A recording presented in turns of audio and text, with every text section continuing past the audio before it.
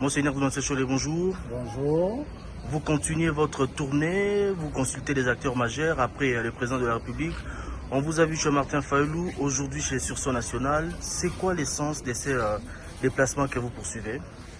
Nous sommes en train de les sensibiliser pour une bonne compréhension du projet de pacte social en faveur de la paix et du bien vivre ensemble.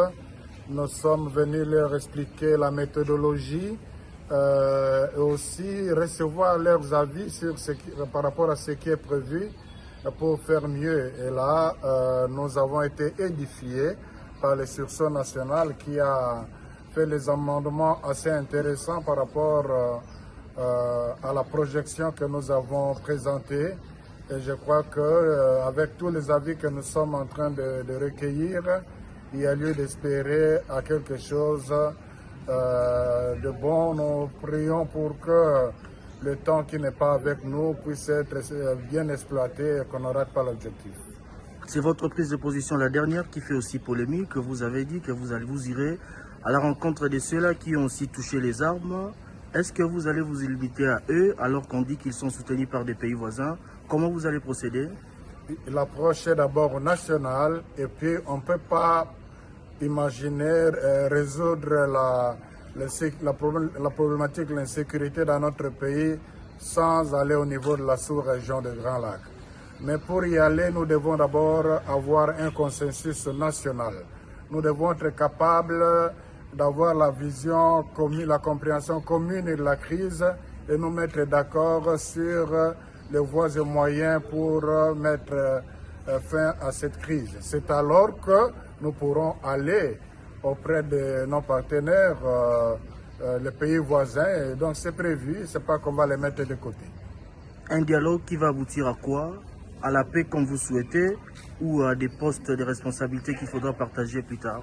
Je crois qu'à la différence des dialogues passés où on s'est limité aux faits factuels, où c'était les agendas de politique qui orientaient le dialogue, cette fois-ci c'est conçu de telle manière que ce soit les problèmes du pays.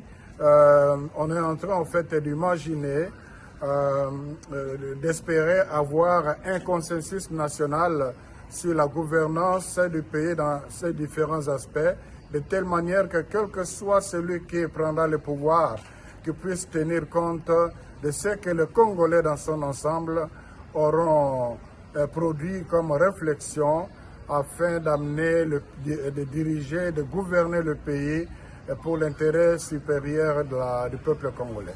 Dernière question, il y a plusieurs accords signés par les passés qui ne sont toujours pas d'application. Qu'est-ce qui fonde votre foi pour que cette démarche soit la bonne, alors qu'il y a l'accord cadre d'Addis Abeba qui peine à être appliqué? Vous croyez ramener encore une autre recette qui pourra changer les choses? Je crois que c'est la question qu'on nous pose partout. Quelles sont les garanties? Et je crois que vous avez cité un exemple, l'accord cadre d'Addis Abeba, qu'on devrait aussi revisiter pour... Délice Sanga, vous êtes président du parti En Vol. Pour le compte du Sursaut National, vous avez reçu le père religieux qui vous présente justement leur recette, plan de sortie de crise. Comment vous avez jugé ce qu'ils vous ont présenté comme plan de sortie de crise?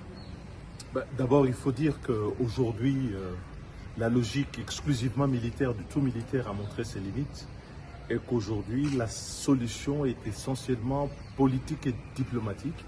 Et il faut explorer toutes les voies pour qu'une telle solution qui épargne à la fois les vies de nos concitoyens et préserve la stabilité de notre pays et l'intégrité de notre territoire par-dessus tout, puisse voir le jour en associant toutes les ressources. Et donc, une initiative prise par nos pères spirituels nous paraissait d'intérêt d'être entendue. Nous avons formulé, en ce qui nous concerne, un certain nombre de préalables, mais aussi un certain nombre de contributions pour pouvoir notamment faire face à des écueils que nous avons rencontrés par le passé et répondre aux contraintes de la situation telle qu'elle se présente aujourd'hui. Mais quels sont ces préalables quand par exemple le père prévoit justement des discussions avec ceux qui sont qualifiés de terroristes? On parle de 3000 personnes tuées du fait de leur activisme. Quels sont vos préalables?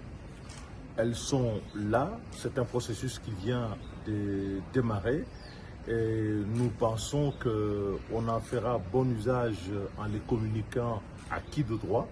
Parce que dans ce processus, il y a des responsabilités. Il y a des gens qui ont pris des décisions pour qu'on en arrive là où nous sommes. Il y a des groupes qui ont agi de façon contraire au pacte républicain, à notre constitution, à nos lois et à la façon de pouvoir vivre ensemble. Donc il faut corriger tous ces éléments-là pour que le pays puisse retrouver sa vraie respiration, qui pour nous est une respiration démocratique qui n'a plus sa place aujourd'hui. Et c'est pour ça qu'une telle initiative qui associe la dimension politique et diplomatique nous paraît être la bienvenue, à la condition de répondre à l'inclusivité, à d'autres critères, notamment celle de la redevabilité, de la responsabilité des uns des autres, et surtout tenir compte de l'intérêt de nos concitoyens et non pas ceux de la classe politique. Merci beaucoup. Merci.